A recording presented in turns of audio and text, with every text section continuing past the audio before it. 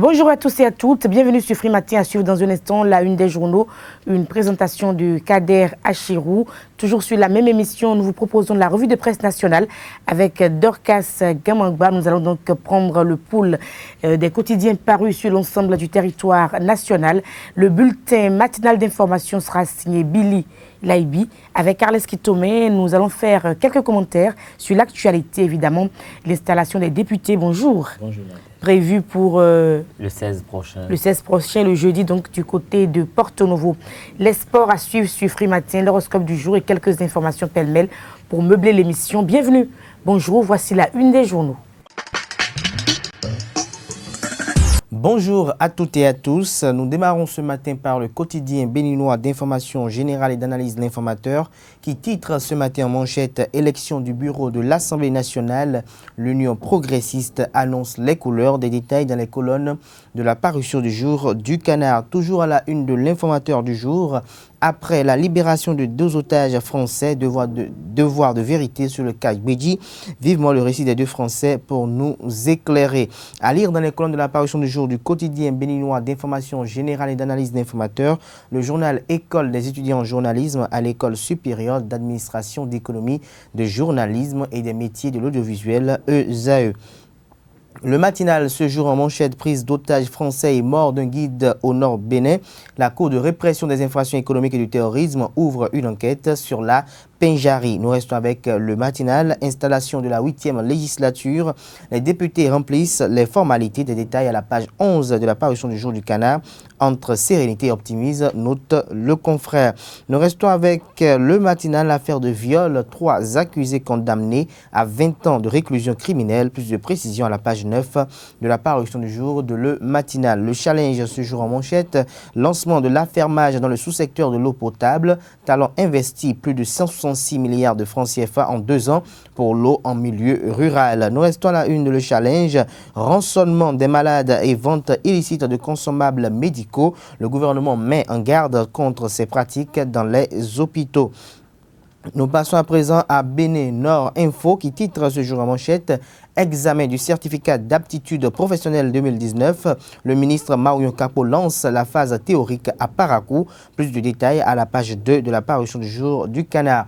Le Télégramme à la une ce jour affiche 4 photos qu'on pourrait l'apercevoir, celle du ministre des Infrastructures, du ministre du Plan de Développement Abdoulaye Biachane, du général Robert Guien et de Saka Lafia, et cherche à savoir qui d'entre eux 4 pourrait être le président de la 8e législature. Plus de détails à travers une analyse corsée à la page 2 de la parution du jour du Canard. Nous restons à la une de Le Télégramme avec le ministre Saka Lafia, atelier du réseau international d'action pour la lutte contre les armes légères, élaboration de stratégies communautaires de lutte contre le trafic des armes au cœur des débats.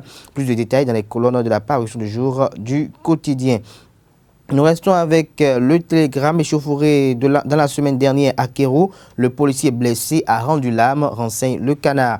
Le meilleur en manchette ce matin, fourniture d'eau potable aux populations en milieu rural. Plus de 166 milliards de francs CFA investis en 2 ans par le régime Talon, selon Sylvain Adokpo-Migan. Nous restons avec le meilleur bureau d'âge de la 8e législature, Wali Zoumarou aux commandes.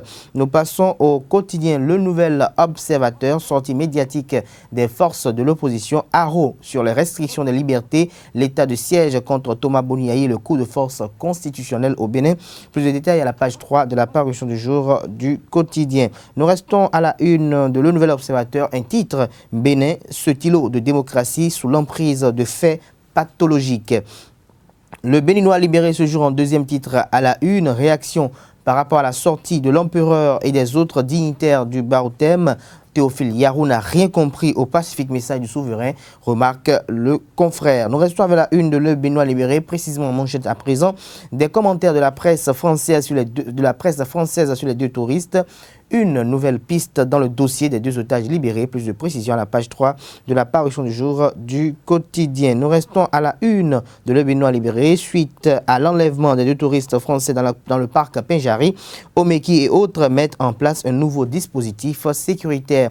Le quotidien national d'information ce jour en manchette titre « Rumeur sur des menaces terroristes. Le préfet de l'Atakora rectifie et apaise. À lire dans les colonnes du journal le communiqué rendu public à cet effet. La Nation, en prélude à leur installation, les nouveaux députés reçoivent leurs attributs de fonction. Plus de détails à la page 3 de la parution du jour du quotidien national d'information. Toujours à la une du quotidien national d'information, affaire d'enlèvement des 2 Français à la Pinjari, la Cour de répression des infractions économiques et du terrorisme ouvre une information judiciaire. Plus de détails dans les colonnes de la parution du jour du Canard. Nous passons à présent à Le Clairon, difficulté d'accès au financement. La CUAHAC échange avec les candidats. Plus de détails à la page 3 de la parution du jour du Canard. Et nous restons avec Le Clairon pour mettre un thème à la une des journaux de ce jour. Mobilisation de ressources pour le programme d'action du gouvernement bénin révélé du président Patrice Talon, un nouveau accord de partenariat de plus de 12 milliards de francs CFA signé. Plus de détails à la page 7 de la parution du jour du quotidien Le Clairon. Les quotidiens béninois sont disponibles dans les kiosques au prix de 300 francs CFA. Vous les avez aussi en ligne. Nous passons au bulletin matinal d'information, signature Billy Laibi. Bonjour Nadège, bonjour chers internautes. Au cours de sa sortie médiatique de ce lundi 13 mai 2019, l'opposition politique s'est prononcée sur l'état de siège devant le domicile de l'ancien président de la République du Bénin. Selon elle, Boniaï est soumis à une torture morale en permanence. L'opposition appelle donc le gouvernement à y mettre un terme sans attendre. Nous n'acceptons pas que toutes nos libertés soient confisquées ainsi. Nous exigeons que le gouvernement le corrige le plus rapidement possible, ont martelé les forces de l'opposition politique. À travers un communiqué en date du jeudi 9 mai 2019, le ministre de la Santé, Benjamin Hunkpati, a mis en garde les agents de santé qui continuent de s'adonner à des pratiques illicites. Il s'agit de la vente des médicaments et consommables médicaux, rançonnement et vol matériel dans les structures sanitaires publiques. Selon le ministre Hunkpati, ces agissements sont des infractions passibles de jugement. Ces infractions sont prévues et punies par le Code pénal et la loi portant protection du consommateur en République du Bénin. Il invite par ailleurs les directeurs et autres responsables des formations sanitaires à mettre en exécution les procédures judiciaires contre tout contrevenant aux fins de décourager à jamais ces pratiques. La cérémonie d'ouverture de l'atelier sous-régional sur la mauvaise gestion des frontières et la prolifération illicite des armes légères a été lancée hier lundi à Bénin Marina Hotel. Le Mali, le Sénégal et le Burkina Faso sont quelques pays représentés à cet atelier qui prend fin ce mardi 14 mai. L'occasion pour les participants de mûrir leurs réflexions en vue de trouver des solutions à la croissance des activités terroristes en Afrique de l'Ouest. Reportage. Les réseaux d'action de lutte contre la prolifération illicite des armes légères ont organisé un atelier sous-régional pour la réduction du trafic d'armes et l'amélioration de la gestion des frontières en Afrique de l'Ouest ce lundi 13 mai 2019 à Bénin Marina Hotel. Réunis autour du thème « Élaboration de stratégies communautaires de lutte contre le trafic des armes ou la gestion des frontières », des échanges seront menés en vue d'atteindre les objectifs fixés en matière de sécurité frontalière dans la sous-région. Aujourd'hui, la sécurité doit être l'objet de chacun. La sécurité doit rentrer même dans les réalités éducatives à partir de la famille, parce que nous sommes en insécurité. Mieux vaut vivre en paix dans la pauvreté que être riche et être inquiet à chaque seconde. Aujourd'hui, ceux qui sont très riches sont plus inquiétés que le pauvre. Quand tu es riche aujourd'hui, c'est des problèmes. Et aujourd'hui, le terrorisme, regardez ce qui se passe. Le Bénin, c'est un pays très pacifique. En Afrique, c'était peut-être le Bénin, le Ghana et le Sénégal. Mais depuis 2 jours, on dit Bénin, zone rouge. Mais pourquoi zone rouge? Démarrée à 10 h, la cérémonie d'ouverture a connu la présence de plusieurs autorités administratives venues des pays de la sous-région ouest-africaine, sans oublier le représentant du ministre de l'Intérieur et de la Sécurité publique, Gouchelas Pero-Lewis. Ce dernier a rassuré l'auditoire de l'accompagnement du gouvernement béninois à pouvoir relever le défi de la sécurité des frontières, non seulement au Bénin, mais aussi dans la sous-région. Pour le gouvernement du Bénin, la lutte contre la prolifération des armes légères et de petit calibre est une préoccupation d'ordre sécuritaire. Elle s'inscrit dans le programme d'action du gouvernement, dans le pilier « Consolider la démocratie, l'état de droit et la bonne gouvernance », axe stratégique « Amélioration de la gouvernance », domaine d'action prioritaire, renforcement de la sécurité intérieure et de la défense du territoire par une protection adéquate des biens et des personnes. Des études sont en cours d'élaboration au ministère de l'Intérieur et de la Sécurité publique, en liaison avec les responsables des ministères de la Défense nationale, de la justice, de l'économie, du cadre de vie et de la décentralisation, en vue de l'organisation des séances de sensibilisation au profit des élus locaux, des populations, des agents des sociétés privées de sécurité et des chasseurs traditionnels, ainsi que la formation de tous les acteurs impliqués, policiers, militaires, douaniers et agents des eaux et forêts, dans les missions de contrôle, de surveillance et de répression sur la détention et la fabrication des armes à feu au Bénin. La perméabilité des frontières dans la sous-région devient un problème récurrent qui favorise l'émergence et la croissance des activités terroristes en Afrique de l'Ouest. Cet atelier d'échange, qui se tient sur une durée de 2 jours, va permettre aux participants de trouver des solutions pour renforcer la sécurité des frontières et limiter le trafic des armes légères en Afrique de l'Ouest. Ce sera tout pour ce bulletin d'information. Merci de rester fidèle à EZE Télévision. Dans les sports, nous parlerons donc championnats nationaux de foot Vitalor Ligue 1 et 2. Zoom sur le programme des rencontres de la 31e journée phase retour. Dans un instant, sur Free Matin, nous vous invitons à présent à suivre la revue de presse nationale avec Dorcas Kamangba. Bonjour à tous et merci de prendre le rendez-vous de la revue de presse de ce mardi 14 mai 2019. Pour la mise en œuvre du programme d'action du gouvernement, 166 milliards ont déjà été investis dans l'eau potable en milieu rural. Le meilleur écrit que le gouvernement de la rupture fait de l'eau une priorité dans sa gouvernance pour le bien-être des Béninois. En effet, le directeur général de l'Agence nationale d'approvisionnement en eau potable en milieu rural, Sylvain Adopomigan, a révélé que la vision du gouvernement est d'assurer l'accès universel à l'eau potable aux populations à l'horizon 2021. Fraternité écrit que selon Sylvain Adopomigan, de grands chantiers sont amorcés et atteignent un niveau intéressant et prometteur. Il précise qu'il sera bientôt mis en place une commission ad hoc chargée d'étudier les dossiers en vue de la sélection des opérateurs pour la gestion par affermage du service public de production, de transport et de distribution d'eau potable en milieu rural. Selon le quotidien, lorsque l'État et les communes auront réalisé les infrastructures, tout sera mis en œuvre pour qu'elles soient bien exploitées. Sécurité à présent, la Criette et le parquet de Paris ouvrent chacun une enquête après l'enlèvement de 2 touristes français au Bénin et l'assassinat de leur guide béninois.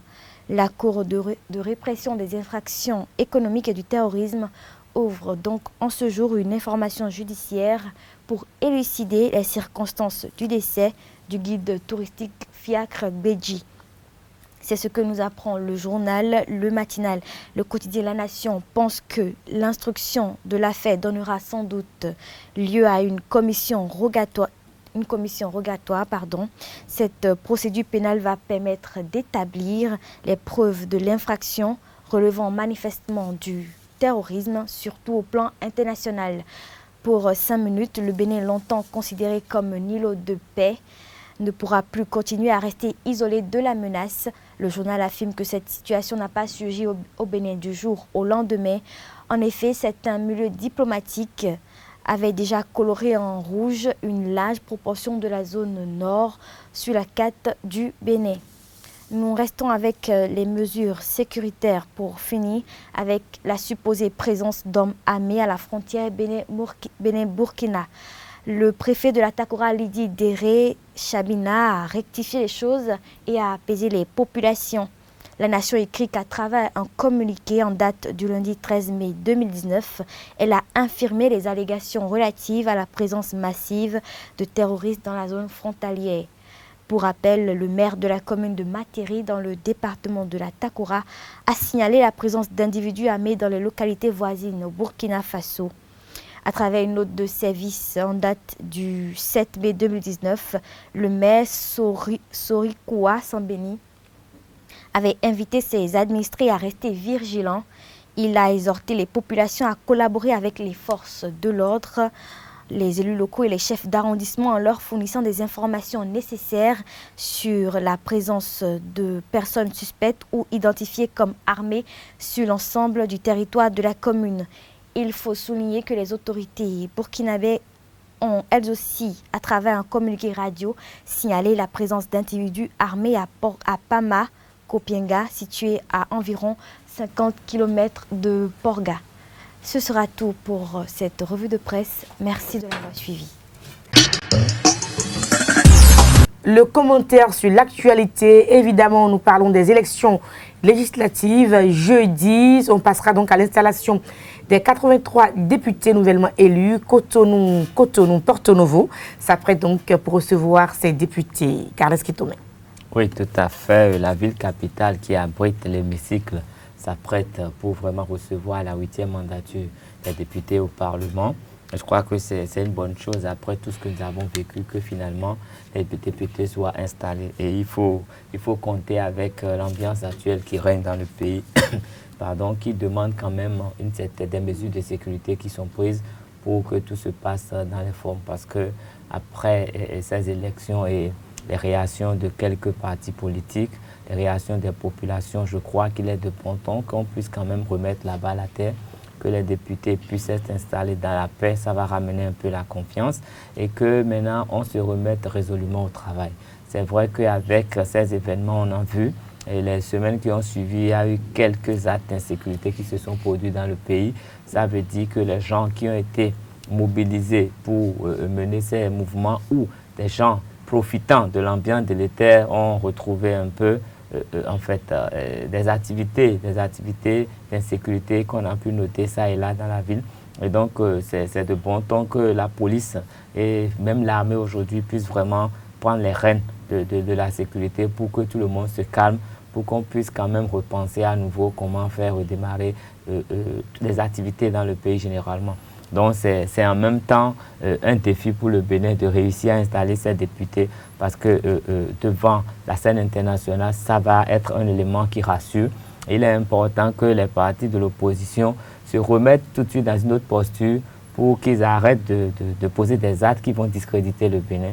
Parce que discréditer le Bénin, c'est tout le monde qui en pâtira. Si aujourd'hui les partenaires au développement ne nous font plus confiance, il n'y aura plus de l'argent dans le pays, tout le monde en souffrira, mais le peuple beaucoup plus que ceux qui sont au devant de la scène. Si les relations, aujourd'hui on a parlé du tourisme, beaucoup de problèmes au niveau du parc de Pendjari, alors que le gouvernement en place fait du tourisme un atout du développement, je crois que nous avons tous intérêt aujourd'hui à coopérer, à travailler, à ramener la confiance pour espérer que nous puissions vraiment sortir de l'auberge et que ces députés soient vraiment inspirés. Il faut qu'on les laisse s'installer et maintenant qu'ils soient suffisamment inspirés pour corriger peut-être les textes qui posaient problème ou faire voter des nouvelles lois qui vont permettre à tous les Béninois de se sentir des frères et sœurs d'une même nation que nous allons travailler à développer. Vous pensez à Cotonou ou encore dans certaines villes du pays, il y a encore des tensions, des foyers de tensions? Non, mais le problème, c'est que dès qu'il y a des situations qui se créent, il y a des gens qui en profitent. Vous avez vu qu'il y a eu un moment où les actes de braquage, de vol avaient commencé à baisser d'intensité. Mais il faut remarquer que depuis qu'il y a eu ces mouvements-là, ces actes-là, il y a une recrudescence de ces actes-là. Parce que des gens ont pu faire usage d'armes à feu, tout comme des armes blanches, et les avoir manipulées un moment alors qu'ils étaient déjà enclins à certaines activités malsaines, ça leur donne un peu de courage. Et vous savez, il a été dit que la plupart des personnes blessées étaient sous l'effet de stupéfiants. Ça veut dire qu'il y a eu quand même un approvisionnement quelque part. Et donc, les gens qui sont déjà enclins à ce genre d'activité, s'ils ont les armes blanches ou les armes à feu à côté, qu'ils ont gratuitement des stupéfiants, ça leur dope le moral et ils reprennent vraiment de l'activité. Donc c'est ce qu'il faut maintenant surveiller, que la police puisse un peu les maîtriser. On ne veut pas de la pagaille, qu'ils les maîtrisent pour qu'on puisse espérer aller de l'avant. Merci à vous, Carles Kitome. C'était donc votre commentaire, votre point de vue. Nous passons donc au sport ce Matin. Championnat national de foot, Vitalor Ligue 1, les affiches de la 31e journée. Nous avons donc demain mercredi à Misrété, Azos qui sera face à JSP.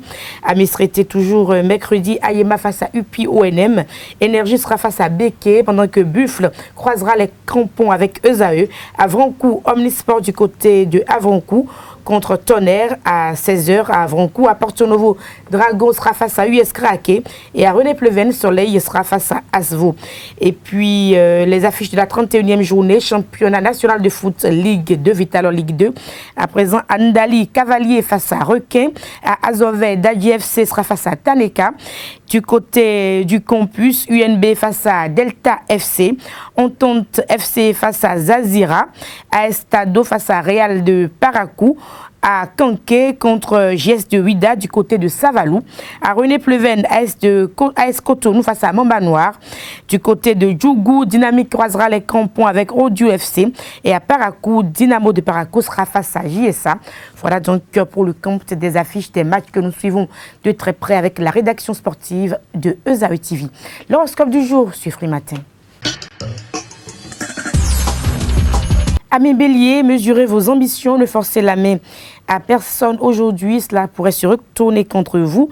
Taureau, une belle énergie vous anime, vous serez bien décidé à atteindre vos objectifs aujourd'hui. Amis Gémeaux, rien ne vous résiste, vous serez magnétique et vous brillerez de tous vos feux aujourd'hui. Amis Cancer, foncez, vous aurez l'énergie et le courage de braver les candidatons aujourd'hui, de balayer les résistances. Lion, vous êtes roi de la forêt, essayez de voir le verre à moitié plein. Vous commencerez à douter de vos sentiments et de ceux de vos partenaires aujourd'hui. Vierge, tout s'éclaircit, le nœud de vos angoisses habituelles va se défaire aisément comme une liane après l'orage. Balance, écoutez votre intuition. Chers amis Balance, vous souffrirez d'un certain ostracisme de la part de certaines personnes âgés qui vous agaceront, semble-t-il. Amis Scorpions, des hauts et des bas pour le camp de cette journée. Des perspectives d'avancement et d'augmentation de salaire se profilent à l'horizon. Amis Scorpions, Sagittaire, attention, vous risquez d'avoir un accident ou encore de faire une mauvaise rencontre aujourd'hui. Les astres ne sont pas forcément, ne vous donnent pas de bonnes nouvelles aujourd'hui. Il se pourrait également qu'un de vos collègues de travail ait quelques difficultés aujourd'hui. Attention, amis Sagittaire. Et si vous êtes Capricorne, modérez votre esprit de contradiction. Il faudra éviter des accrochages avec votre entourage professionnel. Amis Verseau, faites le point au lieu d'asticotez votre partenaire ou de gronder vos enfants aujourd'hui pour un oui ou un non. Essayez de de discuter donc avec votre famille ou avec votre partenaire. Et puis, amis Poissons, l'amour est au rendez-vous. Bonne nouvelle pour vous, amis Poissons, sur le plan conjugal.